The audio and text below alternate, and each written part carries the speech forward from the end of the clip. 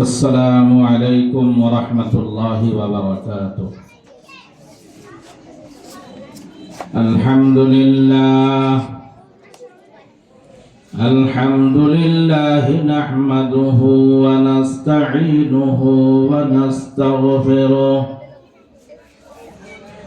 ونؤمن به ونتوكل عليه ونعوذ بالله من شرور أنفسنا ومن سيئات أعمالنا من يهده الله فلا مضل له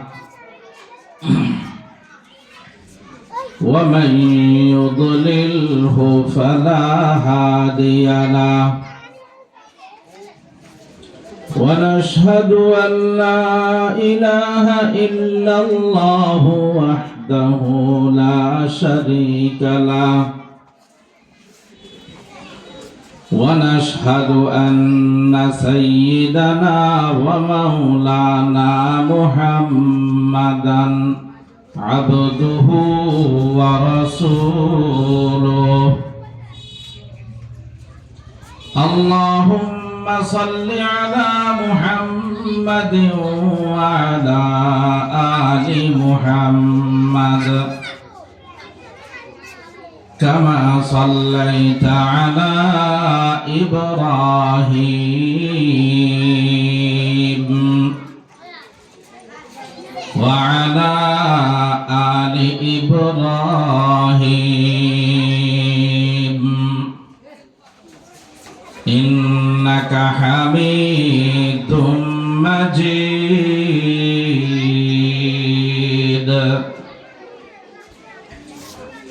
اللهم بارك على محمد وعلى آل محمد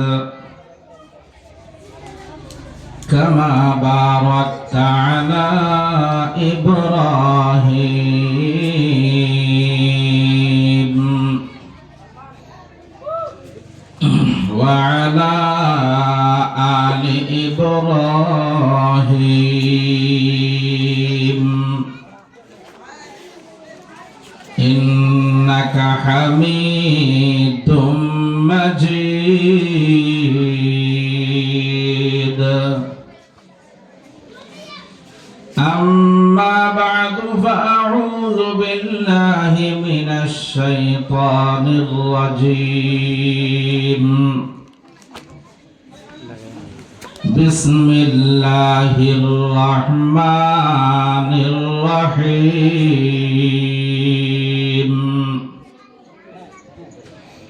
قال الله تعالى في كلامه المجيد وذروا ظاهر الإثم وباطنه إن الذين يكسبون الإثم سيجزون بما كانوا يقترفون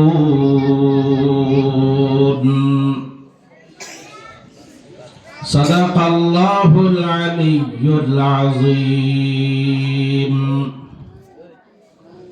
وصدق رسوله النبي الكريم ونحن على ذلك من الشاهدين والشاكرين والحمد لله رب العالمين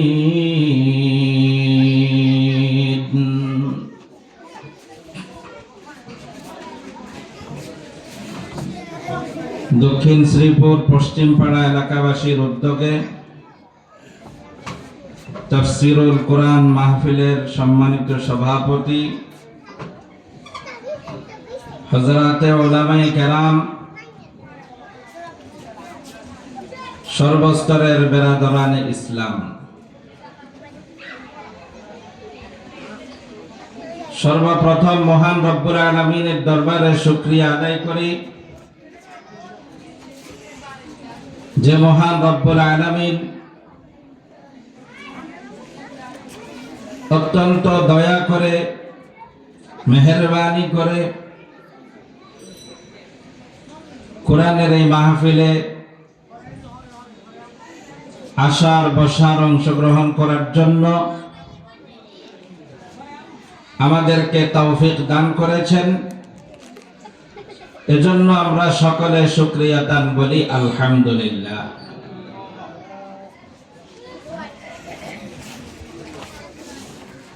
আল্লাহ পাক রব্বুল আলামিন কালামে পাকের আয়াতে ইরশাদ করেন, ওয়াযারু যাহিরাল ইসমি ওয়া বাতিনা। আল্লাহ পাক বলেন, তোমরা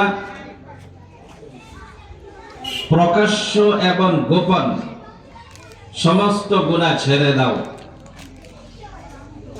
প্রকাশ্য গুনাহ ছেড়ে দাও, গোপন গুনাহ ছেড়ে দাও।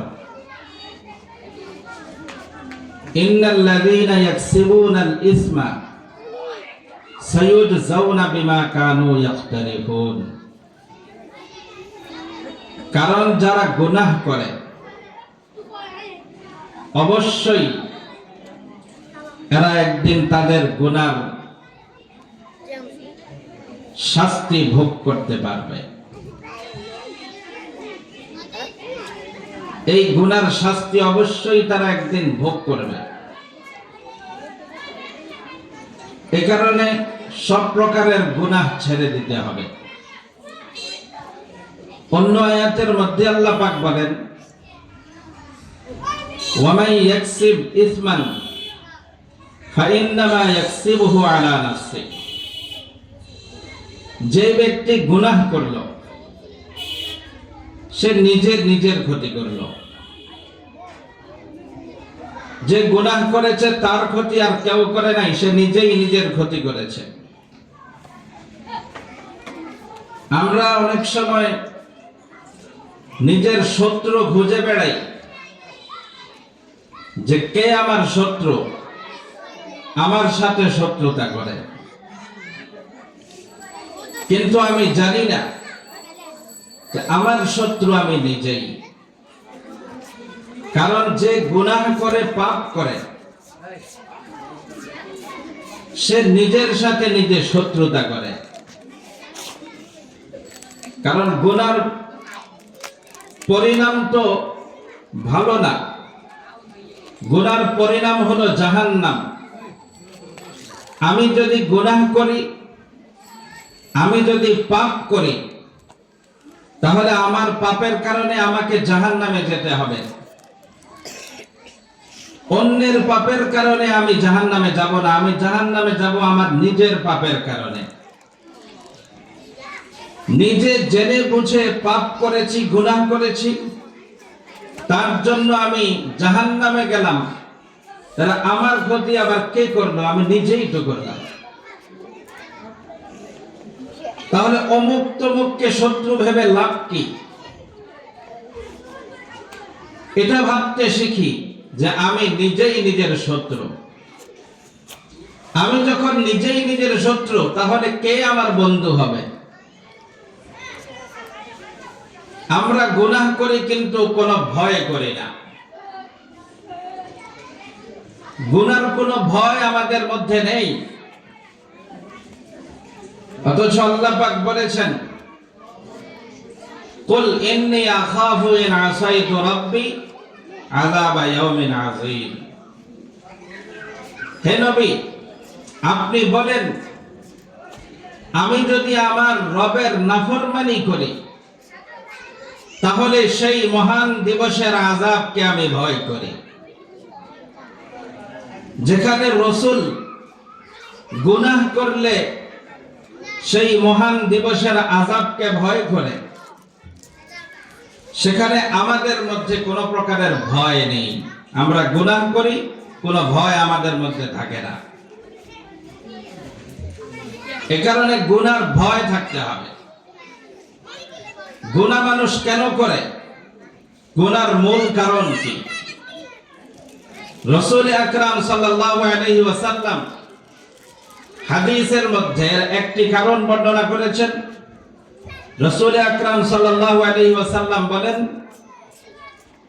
হুব্বুদ দুনিয়া রাসু কুল্লি খাতিআ। আল্লাহর হাবিব জনাবে মুহাম্মদুর রাসূলুল্লাহ সাল্লাল্লাহু আলাইহি ওয়াসাল্লাম বলেন, দুনিয়ার মুহাব্বত সমস্ত গুনাহের মূল।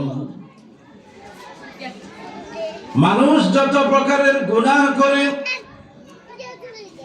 যত প্রকারের গুনাহের মধ্যে মানুষ লিপ্ত হয়, এর মূল কারণ হলো দুনিয়ার মুহাব্বত, দুনিয়ার ভালোবাসা, দুনিয়ার সৌন্দর্য দেখে, দুনিয়ার চাকচিক্য দেখে, দুনিয়ার আনন্দ উল্লাস দেখে তারা আখিরাতের কথা ভুলে যায়, তারা জাহান্নামের আযাবের কথা ভুলে যায়, তারা আল্লাহকে ভুলে যায়। দুনিয়ার মুহাব্বতের কারণে, দুনিয়ার ভালোবাসার কারণে গুনাহের ভয় অন্তরের মধ্যে থাকে না। এই কারণে আল্লাহর হাবিব জনাবে মুহাম্মদুর রাসূলুল্লাহ সাল্লাল্লাহু আলাইহি ওয়াসাল্লাম বলেন, দুনিয়ার মুহাব্বত, দুনিয়ার ভালোবাসা সমস্ত গুনাহের মূল। এই কারণে আমার ভাইয়েরা, আমরা যদি গুনাহ থেকে বাঁচতে হয়, প্রথম কাজ হবে আমাদের দুনিয়ার মুহাব্বত ছেড়ে দেওয়া। দুনিয়াকে আমরা ব্যবহার করব, দুনিয়ার বিভিন্ন কাজ কারবারে সময় দেব, কিন্তু সেটা হবে প্রয়োজন মতো। চাকরি করব, টাকা রোজগার করব, ধন সম্পদ রোজগার করব, সেটা হবে আমার প্রয়োজন মতো। ব্যবসা করব, সেটা হবে প্রয়োজন মতো। দুনিয়াদারি করব, সেটা হবে প্রয়োজন মতো। প্রয়োজন মতো দুনিয়াদারি করব, প্রয়োজন মতো দুনিয়াকে আমরা ব্যবহার করব। এই দুনিয়াকে আমার অন্তরে স্থান দেওয়া যাবে না। দুনিয়াদারি করা যাবে, আমি এটা বলছি না যে দুনিয়াদারি সম্পূর্ণ আপনি ছেড়ে দেবেন। দুনিয়াদারি সম্পূর্ণ ছেড়ে দেওয়ার দরকার নেই। দুনিয়াদারি তো আপনার লাগবে, সংসার লাগবে, টাকা লাগবে, পয়সা লাগবে, ধন দৌলত লাগবে, চাকরি লাগবে, ব্যবসা লাগবে, সব লাগবে। কিন্তু তার মানে এটা নয় যে এটা হবে আমার ভালোবাসার বস্তু। দুনিয়াকে আমি মহব্বত করে ফেলবো, অন্তরের মধ্যে স্থান দিয়ে ফেলবো, এটা নয়। এ কারণে হযরত আলী রাদিয়াল্লাহু তাআলা আনহু খুব চমৎকার বলেছেন।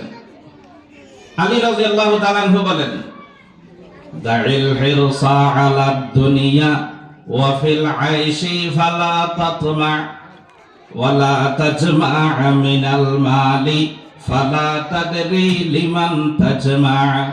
দাইল হিরসা আলা দুনিয়া ওয়া ফিল আইশি ফালা তাতমা ওয়ালা তাজমা মিনাল মালি ফালা তাদরি লিমান তাজমা।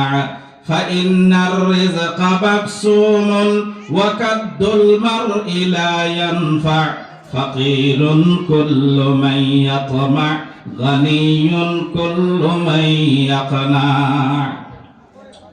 হযরত আলী রাদিয়াল্লাহু তাআলা আনহু বলেন, এই দুনিয়ার মহব্বত তুমি ত্যাগ করো, দুনিয়ার ভালোবাসা ছেড়ে দাও, দুনিয়াকে অন্তরের মধ্যে তুমি স্থান দেবে না। সম্পদ উপার্জন করার জন্য তুমি দুনিয়ার মায়ায় ব্যস্ত হয়ে যাবে, দুনিয়াদারি নিয়ে ব্যস্ত হয়ে যাবে, এটা হতে পারে না। সম্পদ কামাই করার জন্য তুমি মহান আল্লাহকে ভুলে যাবে, এটা হতে পারে না। সম্পদ কামাই করার জন্য, ব্যবসা বাণিজ্য করার জন্য, চাকরি বাকরিতে ব্যস্ত সময় কাটার কারণে তুমি নামাজ পড়তে পারবে না, এটা কোনোদিন হতে পারে না। ব্যবসা বাণিজ্য রোজগারের কারণে তুমি আখিরাতকে ভুলে যাবে, এটা হতে পারে না। বরং দুনিয়ার মহব্বত ছেড়ে দাও, প্রয়োজন মতো তুমি সম্পদ কামাই করো, প্রয়োজন মতো তুমি দুনিয়াদারি করো। তুমি সম্পদ জমা করা ছেড়ে দাও, সম্পদ তুমি জমা করবে না। কারণ তুমি মাথার ঘাম ফায়ে ফেলে অনেক কষ্ট ত্যাগ স্বীকার করে যেই সম্পদ কামাই করবে, এই সম্পদ তো তুমি চিরকাল ধরে রাখতে পারবে না। অবশেষে এই সম্পদকে ছেড়ে তোমাকে চিরকালের জন্য চলে যেতে হবে। তুমি যেই সম্পদ রেখে যাবে, অনেক কষ্ট ত্যাগ করে তুমি সম্পদ কামাই করবে, এই সম্পদের জন্য, এই সম্পদ কামাই করার জন্য তুমি কতদিন নামাজ পড়তে পারো নাই, এই সম্পদ কামাই করার জন্য তুমি আখিরাতের কাজ করতে পারো নাই।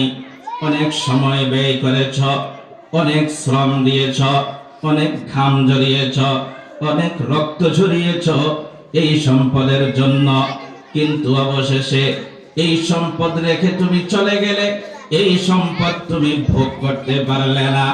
অবশেষে তোমার সম্পদের মালিক হয়ে গেল তোমার ওয়ারিশগণ। তাহলে তুমি কি সম্পদ ভোগ করতে পেরেছ? সম্পদ তো কামাই করেছ, সম্পদ তো তুমি ভোগ করতে পারো নাই। সায়ুগনিনিল্লাযী আগনাহু আন্নী, সায়ুগনিনিল্লাযী আগনাহু আন্নী, ফালা ফাকরুন ইয়াদুমু ওয়ালা সারাউ, ওয়ালাইসা বিদাইমিন আবাদান নাঈমুন, কাযাকাল বুসু লাইসা লাহু বাকাউ। যারা অনেক টাকার মালিক, সম্পদের মালিক, সুখ শান্তির মালিক, অনেক সময় তারা অনেক অহংকার করে।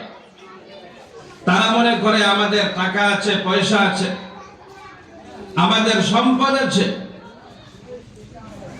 আরেকজনের কাছে টাকা নেই, পয়সা নেই, তার কিসের মূল্য আছে? সব মূল্য তো আমার। আর কাউকে সে দাম দিতে চায় না, কাউকে সে মূল্যায়ন করে না, কারণ তার আছে টাকা, অর্থ। কিন্তু যত টাকাই তার থাকুক না কেন, সে কি এই পৃথিবীতে চিরকাল থাকতে পারবে? এই কারণে টাকা পয়সার কারণে অত খুশি হওয়ার কিছু নেই, কারণ এই টাকা পয়সা নিয়ে তুমি চিরকাল থাকতে পারবে না। আবার যাদের আছে অভাব, যাদের টাকা নেই, পয়সা নেই, অভাব আছে, এবং যারা গরিব, তাদেরও এত মন ভাঙার কিছু নেই, কারণ তুমিও গরিব চিরকাল থাকবে না। কারণ পৃথিবীতে যারা সুখে আছে তারাও চিরকাল থাকতে পারবে না, যারা দুঃখে আছে তারাও চিরকাল থাকবে না। সুখী মানুষের সুখও চিরকালের নয়, দুঃখও চিরকালের নয়।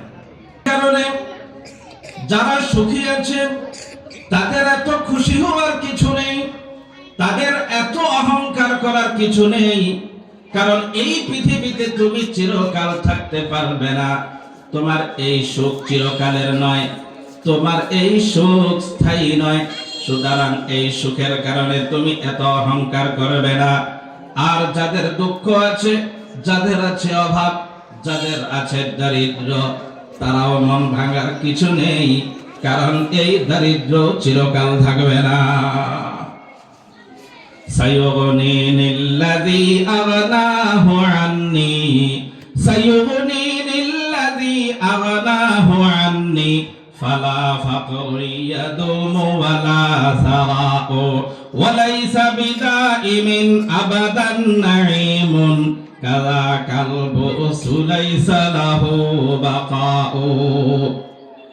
আমার ভাইয়েরা, আল্লাহ পাক রব্বুল আলামিন কালামে পাকের আয়াতের মধ্যে ইরশাদ করেন, ইয়া আইয়ুহান নাস ইন্না ওয়া'দাল্লাহি হক। আল্লাহ পাক রব্বুল আলামিন বলেন, হে মানব জাতি, নিশ্চয় আল্লাহ পাকের ওয়াদা সত্য। ফালা তাগুররান্নাকুমুল হায়াতুদ দুনিয়া ولا يغرنكم بالله الغرور আল্লাহ পাক রব্বুল আলামিন বলেন, আল্লাহ পাক যে ওয়াদা তোমাদের সাথে করেছেন সেই ওয়াদা সত্য। আল্লাহ পাক আমাদের সাথে কি ওয়াদা করেছেন? আল্লাহ পাক ওয়াদা করেছেন, যদি আমরা ঈমান আনতে পারি, যদি আমরা নেক আমল করি, আল্লাহ পাক আমাদের সাথে জান্নাতের ওয়াদা করেছেন। আল্লাহ পাক আমাদেরকে জান্নাত দান করবেন, এই ওয়াদা অবশ্যই সত্য। সুতরাং ফালা তাগুররান্নাকুমুল হায়াতুদ দুনিয়া, দুনিয়ার হায়াত, দুনিয়ার সুখ শান্তি, দুনিয়ার ভোগ বিলাস যেন তোমাদেরকে প্রতারিত করতে না পারে। এই কথা মনে রাখবে, আল্লাহ পাক যে ওয়াদা তোমাদের সাথে করেছেন, এই ওয়াদা কোনোদিন আল্লাহ পাক খেলাফ করবেন না।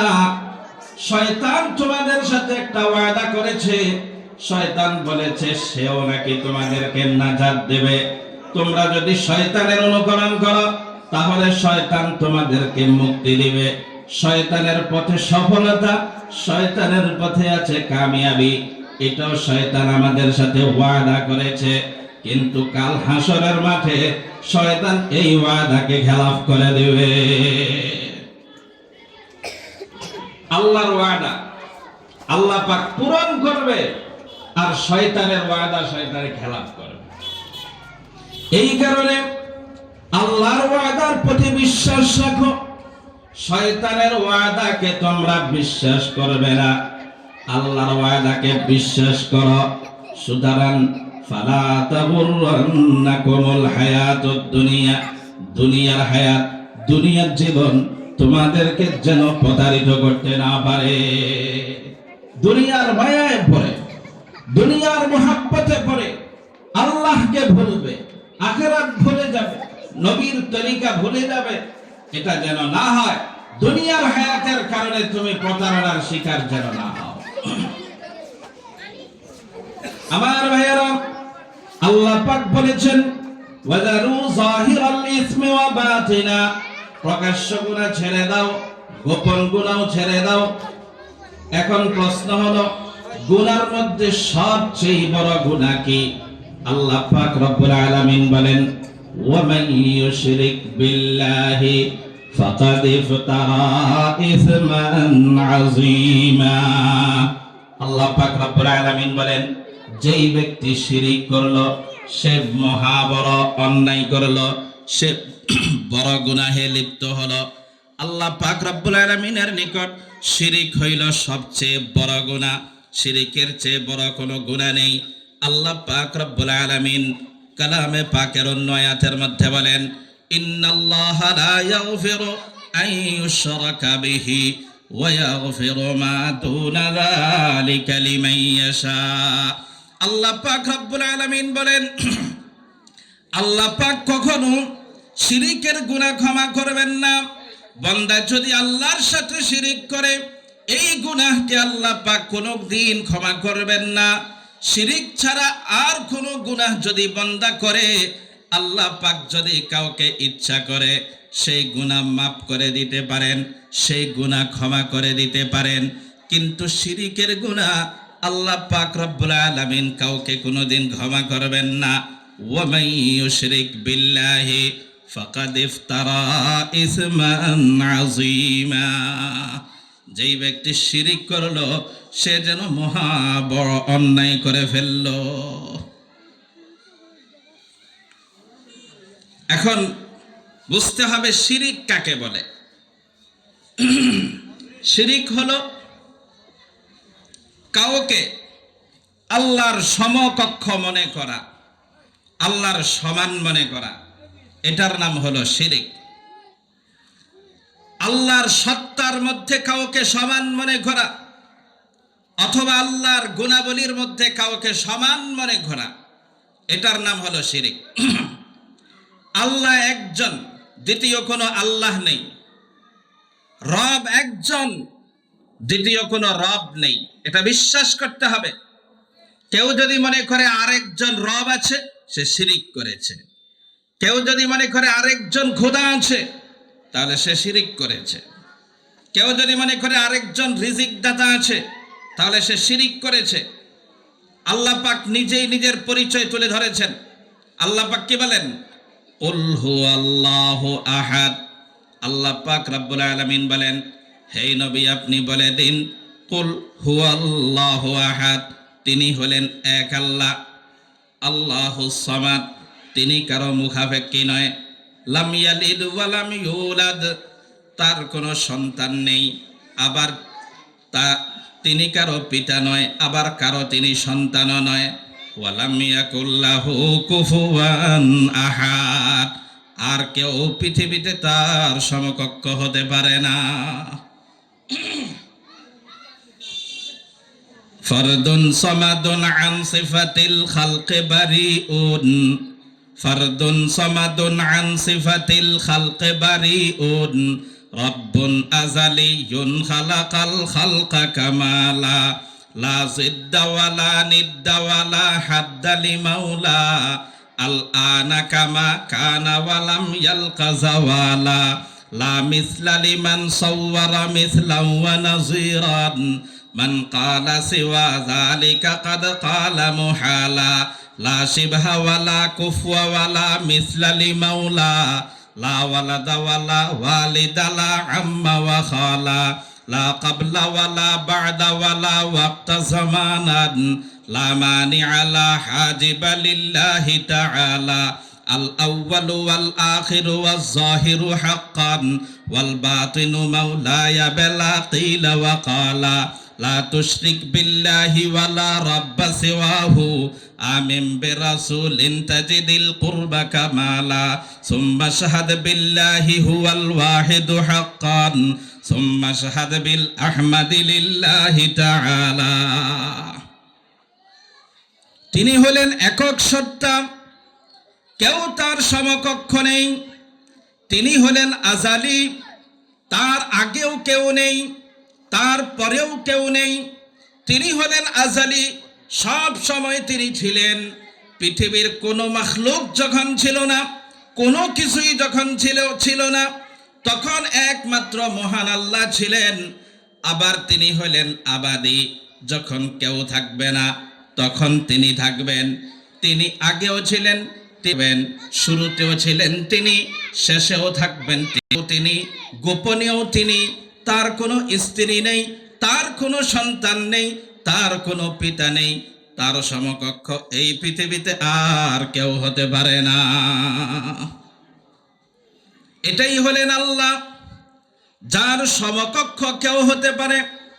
সেই কোনোদিন আল্লাহ হতে পারে না, সেই কোনোদিন মালিক হতে পারে না, সেই কোনোদিন রাজ্জাক হতে পারে না, সেই কোনোদিন কাদের হতে পারে না, সেই কোনোদিন খালেক হইতে পারে না। এটাই হলো আমাদের বিশ্বাস।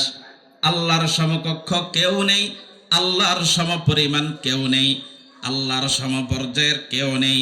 কেউ যদি মনে করে আল্লাহর সমকক্ষ আছে, আল্লাহর সমপর্যায়ের কেউ আছে, তাহলে সে শিরিক করেছে। আর আল্লাহ পাক বলেন, ওয়ামাই ইউশরিক বিল্লাহি ফাকাদ ইফতারা ইসমান আযীমা, যে শিরিক করলো সে সবচেয়ে বড় অপরাধ করলো। এই কারণে কাউকে আল্লাহর সমকক্ষ মনে করা যাবে? জোরে বলেন, যাবে? আল্লাহর সমকক্ষ কেউ আছে? সবচেয়ে বড় কে? আরো জোরে বলেন। সবার আগে কে? সবার পরে কে? রিজিক দাতা কে? সমস্ত ক্ষমতার মালিক কে? এই বিশ্বাস স্থাপন করতে হবে। আমরা আমাদের সন্তানদেরকে কি শিখাই? আমরা সন্তান যখন একটু একটু কথা শিখে, তখন আমরা সন্তানকে, বাবাই চায় তার সন্তানের মুখে আব্বা নামটা ফুটাইতে, আর মা চায় আম্মা নামটা ফুটাইতে। কিন্তু একজন মুসলমান চাইবে তার সন্তানের প্রথম বলি হবে আল্লাহ। প্রথম বলি কি হবে? ইবতিদায়ে জিন্দেগি মে লা ইলাহা ইল্লাল্লাহ, ইবতিদায়ে জিন্দেগি মে লা ইলাহা ইল্লাল্লাহ। বলেন, ইবতিদায়ে জিন্দেগি মে। কি আল্লাহর নাম বলতে কষ্ট হয়? তো বলেন না কেন সবাই, ইবতিদায়ে জিন্দেগি মে লা ইলাহা ইল্লাল্লাহ। লা ইলাহা ইল্লাল্লাহ তো বলতে পারেন, তো এটা বলেন, ইবতিদায়ে জিন্দেগি মে। সবাই বলতে হবে, সমস্বরে বলবেন, ঠিক আছে? আল্লাহর নাম জোরে বলতে হবে, ইবতিদায়ে জিন্দেগি মে, ইন্তেহায়ে জিন্দেগি মে, ইবতিদায়ে জিন্দেগি মে, इंतहाए जिंदगी में, दरमियाने जिंदगी में, इब्तिदा ও इंतहा में। জীবনের শুরুতে হবে আল্লাহ, লা ইলাহা ইল্লাল্লাহ, জীবনের শেষেও হবে লা ইলাহা ইল্লাল্লাহ, জীবনের মধ্যখানেও হবে লা ইলাহা ইল্লাল্লাহ। জীবন পরিচালনা করব লা ইলাহা ইল্লাল্লাহর থিওরি মতে। তাহলে সারা জীবন যদি কুফর করি, সারা জীবন যদি শিরিক করি, সারা জীবন যদি নাফরমানি করি, সারা জীবন যদি আল্লাহর বিধানের বিরুদ্ধাচরণ করি, আর মনে মনে যদি ভাবি যে ইন্তেকালের সময় আমার মুখ দিয়ে লা ইলাহা ইল্লাল্লাহ অটোমেটিক বের হয়ে যাবে, এত সহজ নাকি? আর সারা জীবন যদি আমি আল্লাহর কাজ করি, সারা জীবন যদি আল্লাহর হুকুম মতো জীবন পরিচালনা করি, আল্লাহ পাকের আদেশ নিষেধ যদি সারা জীবন আমি মেনে চলতে পারি, তাহলে মৃত্যুর সময় কেউ আমাকে শিখিয়ে দিতে হবে না, কেউ আমাকে বলতে হবে না, কেউ আমাকে পড়াতে হবে না। মৃত্যুর মুহূর্তে অটোমেটিক আমার মুখ থেকে বের হয়ে যাবে লা ইলাহা ইল্লাল্লাহ মুহাম্মাদুর রাসূলুল্লাহ। ইবতিদায়ে জিন্দেগি মে লা ইলাহা ইল্লাল্লাহ, ইন্তেহায়ে জিন্দেগি মে লা ইলাহা ইল্লাল্লাহ, দরমিয়ানে জিন্দেগি মে লা ইলাহা ইল্লাল্লাহ, ইবতিদা ও ইন্তেহা মে লা ইলাহা ইল্লাল্লাহ। আমার ভাইয়েরা, কেউ যদি মনে করে আল্লাহর মতো আরেকজন আল্লাহ আছে, আল্লাহর সত্তার মতো আরেকটি সত্তা আছে, আল্লাহর গুণাবলীর মতো গুণ আর কারো কাছে আছে, তাহলে সে কিন্তু শিরিক করলো। আর আল্লাহ পাক রব্বুল আলামিন পরিষ্কার ঘোষণা দিয়েছেন, আল্লাহ পাক শিরিকের গুনাহ কোনোদিন ক্ষমা করবেন না। আমার বন্ধুরা, আল্লাহ পাক রব্বুল আলামিন বলেছেন, প্রকাশ্য গুনাহ ছেড়ে দাও, গোপন গুনাহ ছেড়ে দাও। গুনার মধ্যে সবচেয়ে বড় গুনাহ হলো শিরিক। এই কারণে সর্বপ্রথম আমাকে যেই গুনাহ ছেড়ে দিতে হবে সেটা হলো শিরিকের গুনাহ। কারো সাথে শিরিক করা যাবে না, কাউকে আল্লাহর সমকক্ষ মনে করা যাবে না, কাউকে আল্লাহর সমপরিমাণ মনে করা যাবে না, কাউকে আল্লাহ পাকের সমপর্যায়ের মনে করা যাবে না। এখন প্রশ্ন, গুনাহ তো আমি ছেড়ে দিতে চাই, আল্লাহ পাক বলেছেন গুনাহ ছেড়ে দেওয়ার জন্য, আমিও চাই গুনাহ ছেড়ে দিতে, কিন্তু পারি না। কে যেন আমাকে বাধা দেয়।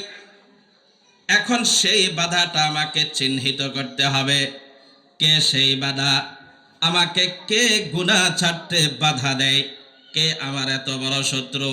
আমি চাই গুনাহ ছাড়তে, কিন্তু আমার শত্রু চায় গুনাহ যেন আমি না ছাড়ি।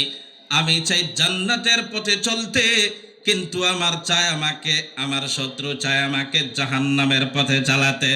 এত বড় শত্রু আমার কে, সেটা আমাকে আগে চিহ্নিত করতে হবে।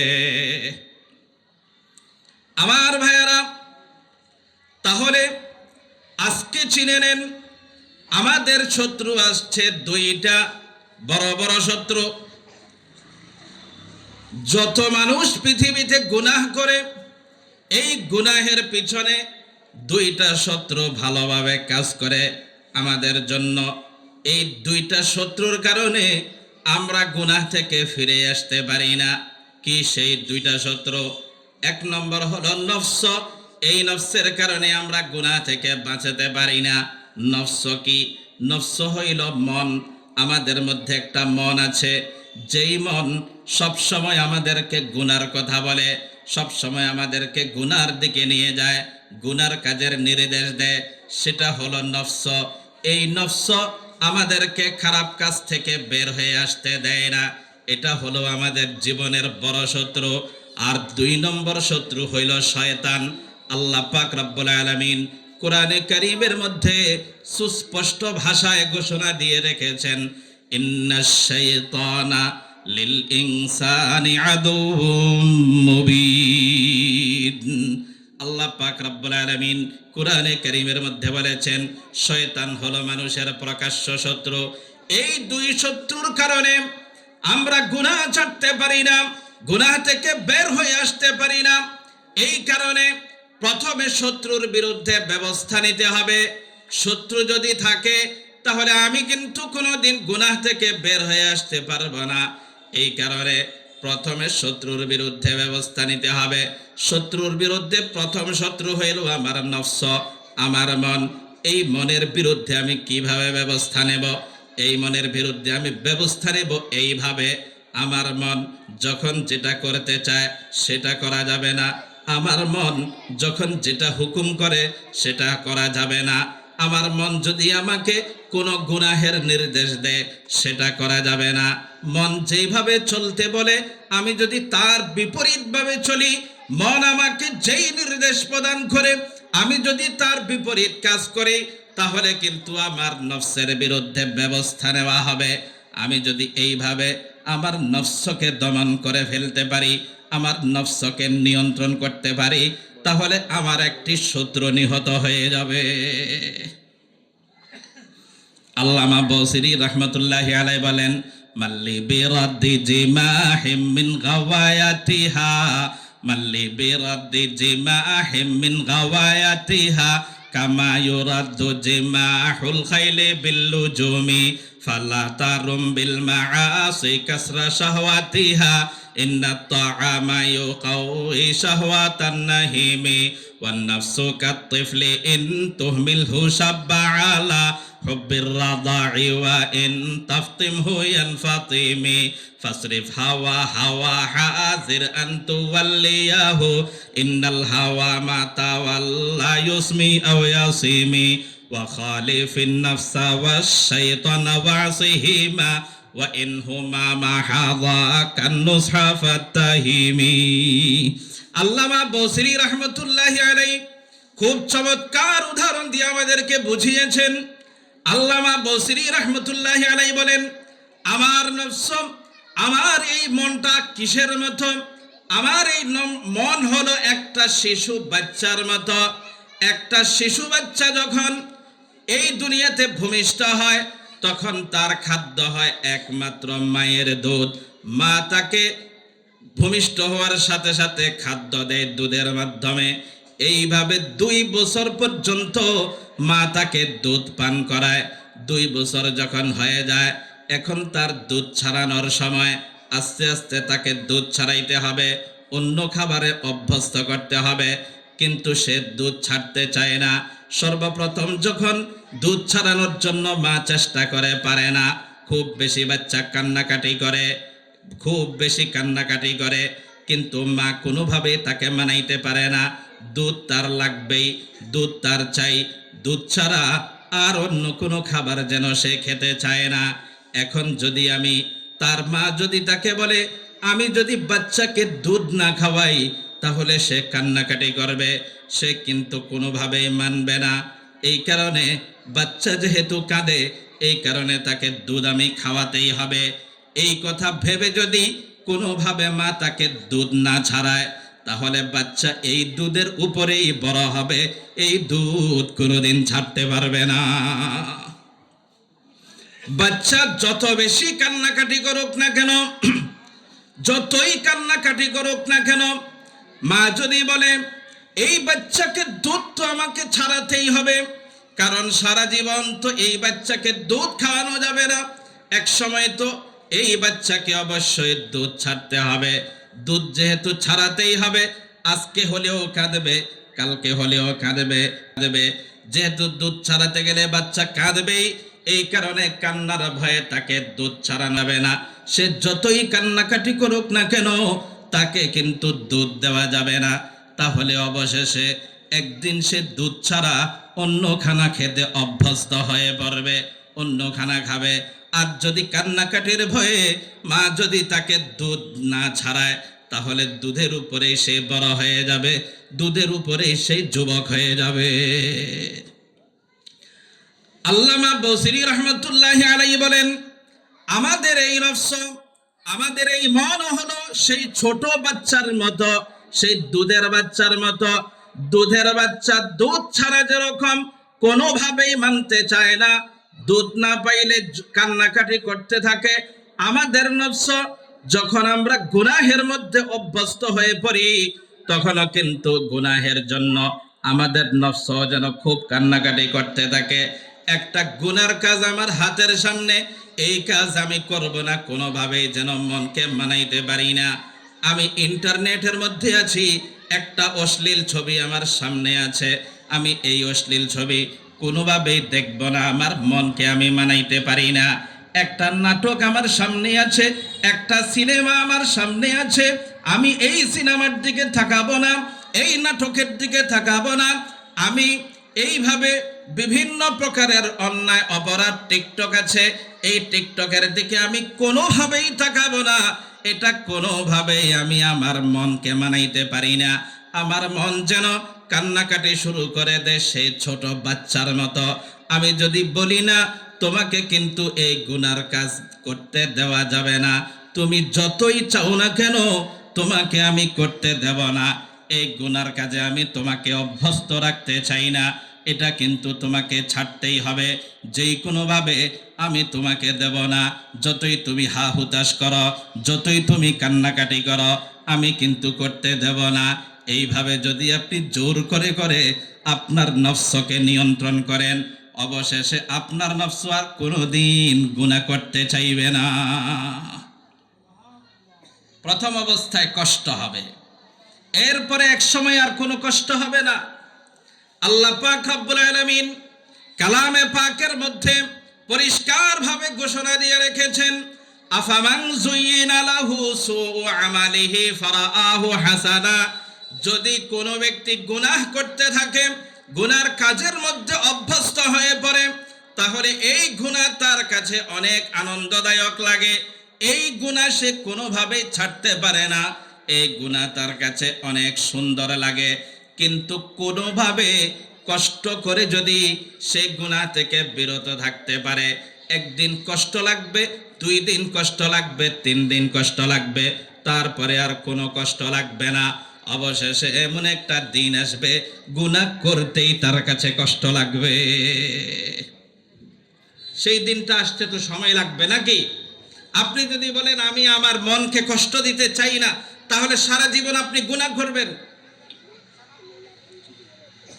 আপনি যদি চান যে না, আমার নফসকে আমি নিয়ন্ত্রণ করতে হবে, যতই আমার নফস গুনার কথা বলুক না কেন আমি তাকে সেইটা করতে দেব না, তাহলে অবশেষে একদিন আপনার নফস আর কোনোদিন গুনাহ করতে চাইবেই না।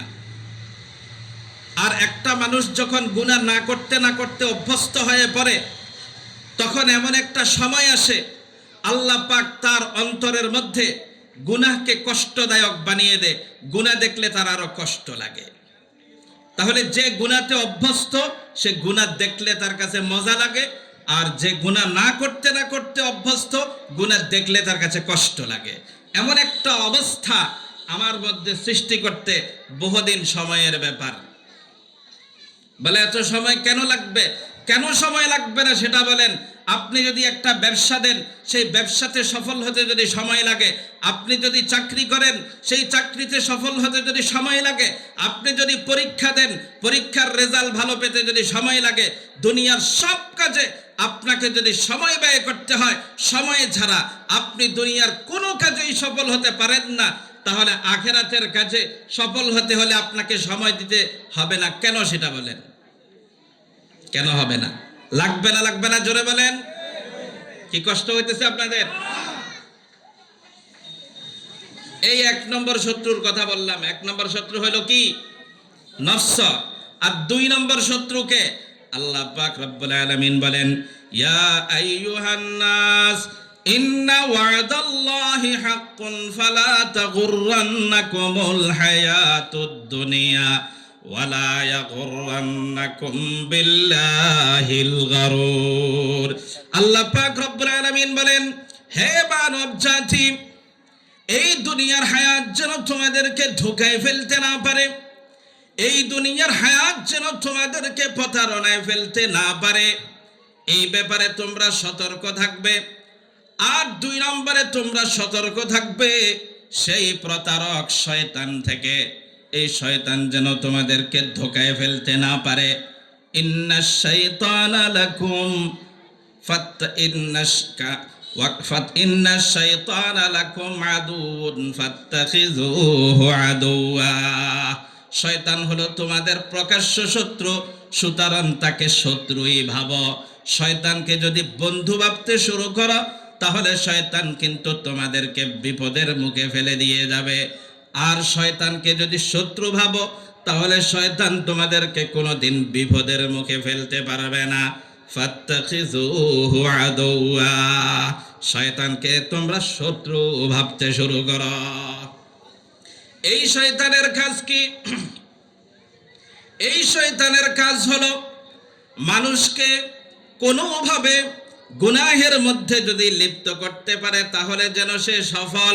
কোনোভাবে মানুষকে গুনাহের মধ্যে লিপ্ত করে মানুষকে জাহান্নামবাসী করে দেওয়াই হলো শয়তানের কাজ। এই কারণে এই 2টা বড় শত্রু আমাদের আছে, এই 2টা বড় শত্রু থেকে আমাদেরকে বেঁচে থাকতে হবে, তাহলে আমরা গুনাহ থেকে বাঁচতে পারবো। এখন আমাদের প্রশ্ন হইল, গুনাহ থেকে আগামী ভবিষ্যৎ জীবনে বেঁচে থাকব। আজকে না হয় প্রতিজ্ঞা করলাম, কিন্তু অতীত জীবনে আমাদের তো অনেক গুনাহ হয়ে গেছে। এই গুনাহ থেকে মুক্তি কিভাবে আমরা পেতে পারি, এই গুনাহ থেকে কিভাবে আমরা মুক্ত হতে পারি, এই কথা একটু বলেন। তাহলে শোনেন, এই গুনাহ থেকে মুক্তি পাইতে হলে আমাদেরকে 3টা কাজ করতে হবে। কয়টা কাজ জোরে বলেন? কয়টা কাজ করতে হবে? 1 নম্বর কাজ হলো ইস্তেগফার, বেশি বেশি আল্লাহর কাছে গুনাহের জন্য ক্ষমা চাইতে হবে। আল্লাহ পাক রব্বুল আলামিন তার পবিত্র কোরআনে ঘোষণা দিয়ে রেখেছেন। আল্লাহ পাক রব্বুল আলামিন বলেন, ওয়া মান ইয়ামাল সুআন আও ইয়াজলিম নাফসাহু সুম্মা ইস্তাগফিরিল্লাহ ইয়াজিদিল্লাহা গফুরার রহিমা।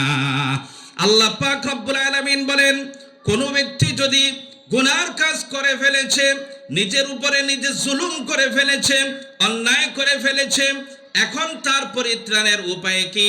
আল্লাহ পাক রব্বুল আলামিন বলেন, এখনো তার কিন্তু বাঁচার একটা সুযোগ আছে, সেটা হলো ইস্তেগফার। সুম্মা ইস্তাগফিরিল্লাহ, অতঃপর যদি সে ইস্তেগফার করে, ইয়াজিদিল্লাহা গফুরার রহিমা।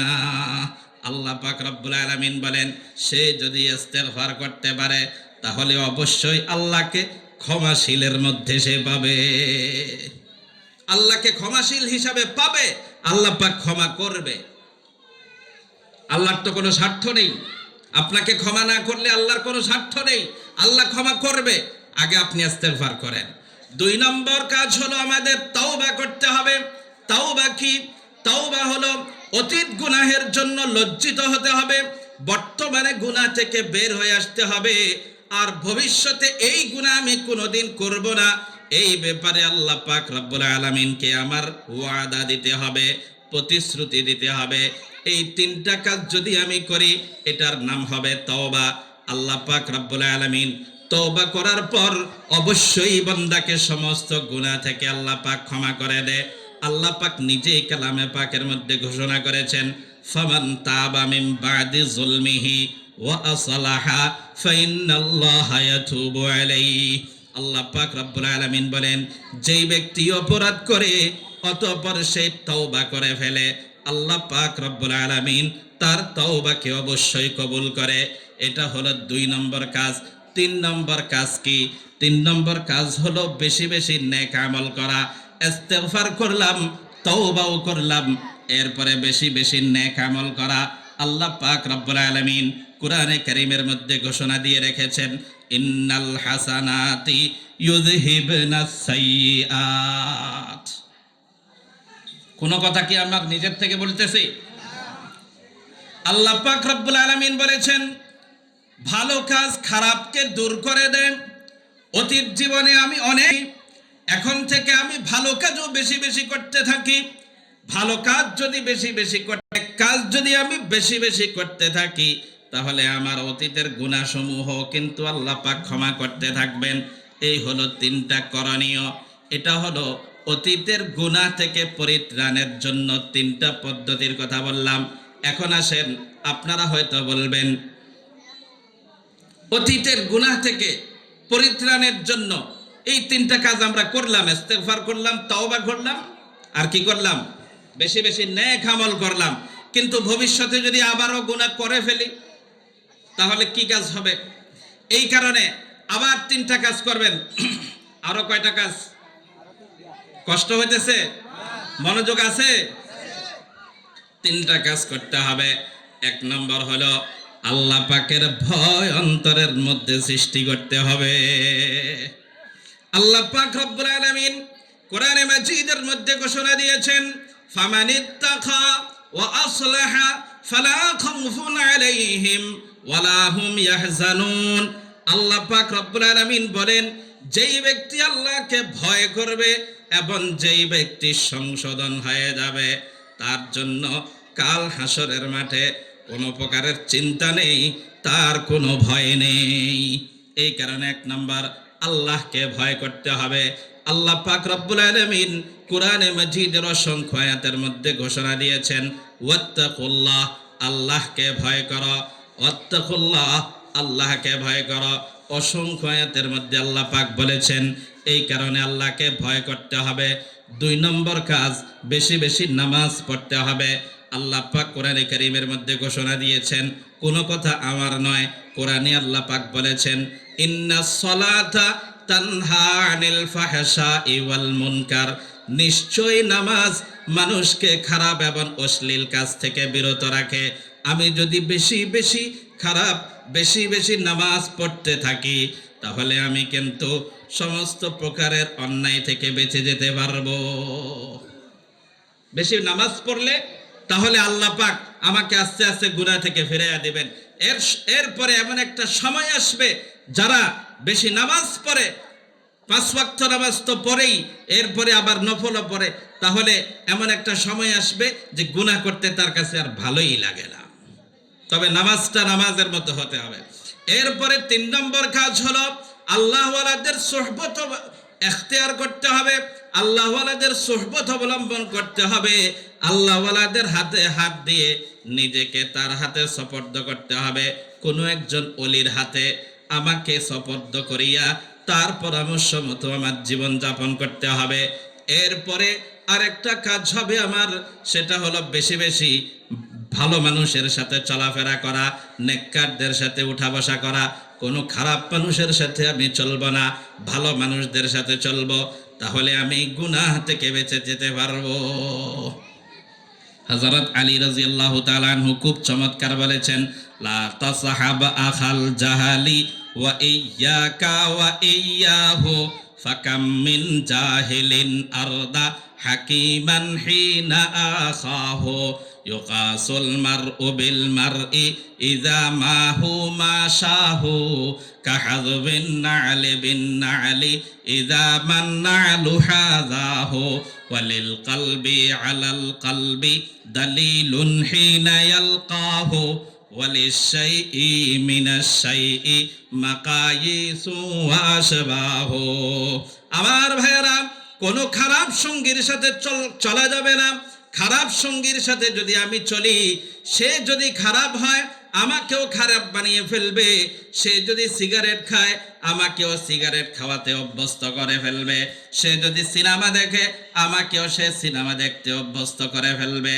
সে যদি নাটক দেখে আমাকেও সে নাটক দেখতে অভ্যস্ত করে দেবে।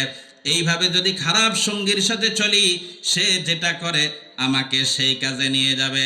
আর যদি আমি ভালো সঙ্গীর সাথে চলি, সে যদি মসজিদে যায় আমাকেও মসজিদে নিয়ে আসবে। এই কারণে খারাপ কোনো সঙ্গীর সাথে চলা যাবে না। যেই নামাজ পড়ে না তার সাথে আমার চলাফেরা হবে না, তার সাথে আমার বন্ধুত্ব হবে না, তার সাথে আমার কোনো আত্মীয়তা হবে না। যেই নামাজ পড়ে না তার সাথে কোনো সম্পর্ক নাই, যে রোজা রাখে না তার সাথে আমার কোনো সম্পর্ক নাই, যে হজ করে না, যাকাত দেয় না ফরজ হওয়া সত্ত্বেও তার সাথে আমার কোনো সম্পর্ক নেই, যে খারাপ কাজে ব্যস্ত, যে মদ খায়, যে জুয়া খেলে, সমস্ত প্রকারের অন্যায় কাজ করে, তার সাথে আমার কোনো সম্পর্ক হতে পারে না। এই তিনটা কাজ যদি করি তাহলে ভবিষ্যতে গুনাহ না করে আমি বাঁচতে পারবো, গুনার প্রতি আমার মন ধাবিত হবে না। এই কারণে এই তিনটা কাজ করতে হবে। আমার বন্ধুরা, আল্লাহ পাক রব্বুল আলামিনের নির্দেশ ছিল কি?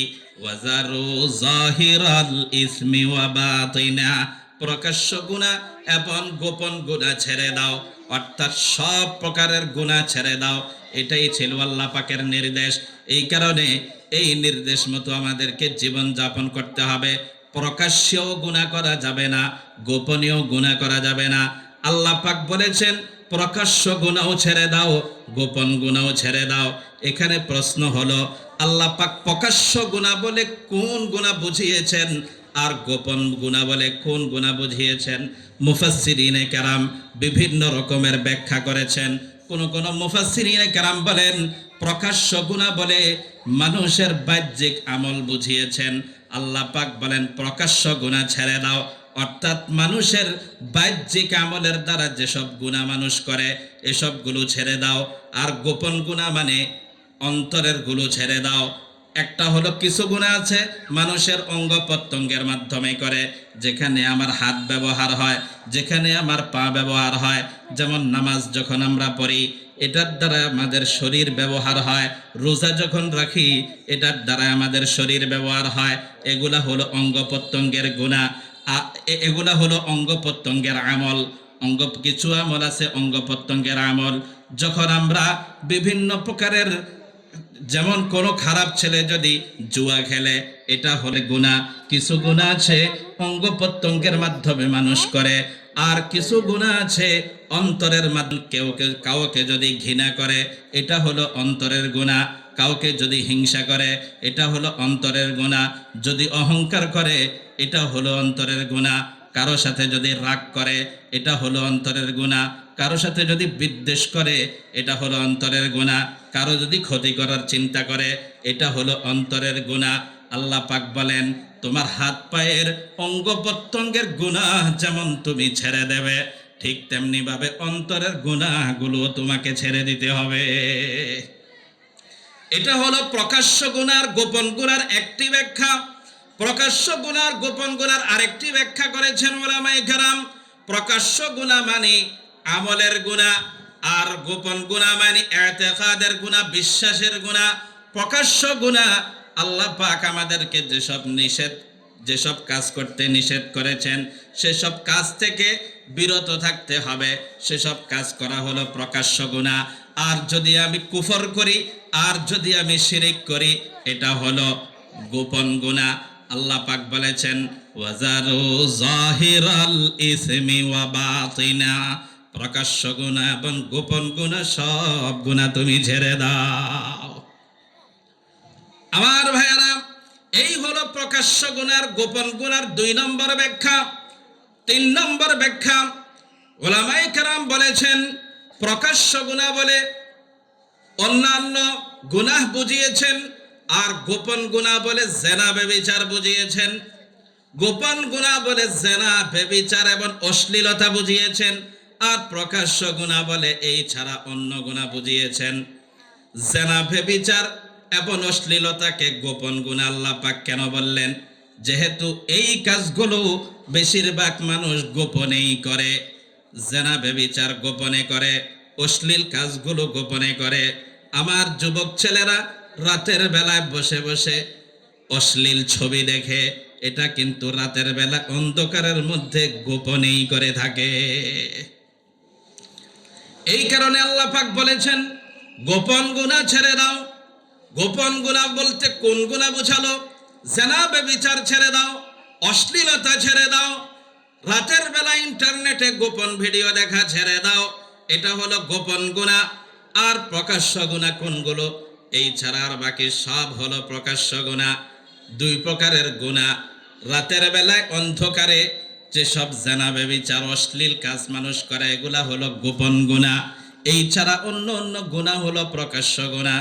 সব প্রকারের গুনাহ ছেড়ে দেওয়ার জন্য আল্লাহ পাক নির্দেশ করেছেন, গোপন গুনাহ ছেড়ে দাও, প্রকাশ্য গুনাহও ছেড়ে দাও। আমার ভাইয়ারা, জেনা ব্যভিচার কত মারাত্মক অন্যায়, কত বড় অপরাধ, এই ব্যাপারে কয়েকটা আয়াত এবং হাদিস বলে শেষ করে দিচ্ছি।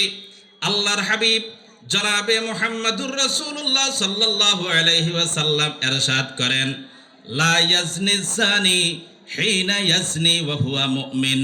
রাসূল আকরাম সাল্লাল্লাহু আলাইহি ওয়াসাল্লাম বলেন, কোন মুমিন জিনা করতে পারে না, অর্থাৎ কোন মুমিন যদি ঈমান অবস্থায় থাকতে হয় তাহলে সে জিনা করতে পারে না। অন্য হাদিসের মধ্যে রাসূল আকরাম সাল্লাল্লাহু আলাইহি ওয়াসাল্লাম বলেন, ইযা জানাল আবদু খারাজা মিনহুল ঈমান। আল্লাহর হাবিব জনাবে মুহাম্মদুর রাসূলুল্লাহ সাল্লাল্লাহু আলাইহি ওয়াসাল্লাম বলেন, কোন বান্দা যখন জিনা করে, তখন তার ঈমান তার অন্তর থেকে বের হয়ে যায়। ফাকানা ফি ফাওকা রাসিহি কাযুল্লা। এই ঈমান যতক্ষণ পর্যন্ত সে জিনার মধ্যে ব্যস্ত থাকে ততক্ষণ পর্যন্ত মাথার উপরে থাকে। ফাইদা খারাজা মিন যালিকাল আমাল রাজা ইলাইহিল ঈমান। যখন সে জিনার কাজ থেকে অবসর হয় তখন আবার ঈমান ফিরে আসে। আমার বন্ধুরা, মনে রাখতে হবে, জিনা করার সময় ঈমান কিন্তু ভিতরে থাকে না। এই অবস্থায় কোনো ব্যক্তির যদি মৃত্যু হয়ে যায় তাহলে সে বেঈমান হয়ে মৃত্যুবরণ করলো। আমার ভাইয়ারা, আল্লাহ পাক রব্বুল আলামিন কালামে পাকের আয়াতের মধ্যে বলেন, ওয়ালা তাকরাবুস জিনা ইন্নাহু কানা ফাহিশা। আল্লাহ পাক রব্বুল আলামিন বলেন, তোমরা জিনা ব্যভিচারের ধারে কাছেও যাবে না, এটা হলো অশ্লীলতা। অন্য আয়াতের মধ্যে আল্লাহ পাক রব্বুল আলামিন বলেন, ওয়াল্লাযীনা লা ইয়াদউনা মা'আল্লাহি ইলাহান আখার। আল্লাহ পাক রব্বুল আলামিন বলেন, যারা আল্লাহর সাথে শিরিক করে, ওয়ালা ইয়াকতুলুনা নাফসাল্লাতী হারামাল্লাহু ইল্লা বিল হক। এক নম্বর, যারা আল্লাহর সাথে কোনোদিন শিরিক করে না। দুই নম্বর, যারা অন্যায়ভাবে কোনো মানুষকে হত্যা করে না। তিন নম্বর, ওয়ালা ইয়াজনুন, যারা কোনোদিন জিনা ব্যভিচার করে না। এই তিন প্রকারের মানুষ হলো আল্লাহর ওলি, আল্লাহর খাঁটি বান্দা। ওয়ামান ইয়াফআল যালিকা ইয়ালকা আসামা। আর এই তিনটা কাজ যেই করে, যারা আল্লাহর সাথে শিরিক করে, যারা অন্যায়ভাবে কাউকে হত্যা করে, যারা জিনা ব্যভিচারে লিপ্ত হয়, তারা কিন্তু কঠিন আযাবের সম্মুখীন হবে। ইউযাআফ লাহুল আযাবু ইয়াউমাল কিয়ামা। আল্লাহ পাক রব্বুল আলামিন কিয়ামতের ময়দানে তাদেরকে বহু গুণে বৃদ্ধি করে শাস্তি প্রদান করবে। এবং ওয়ায়াখলুদ ফীহি মুহানা। আর এই আযাবের মধ্যে তারা চিরকাল বসবাস করবে। আল্লাহ পাক আমাদেরকে সব প্রকারের গুনাহ থেকে মুক্ত জীবন যাপন করার তৌফিক দান করুক। ওয়া আখিরু দাওয়ানা আনিল হামদুলিল্লাহি রাব্বিল আলামিন।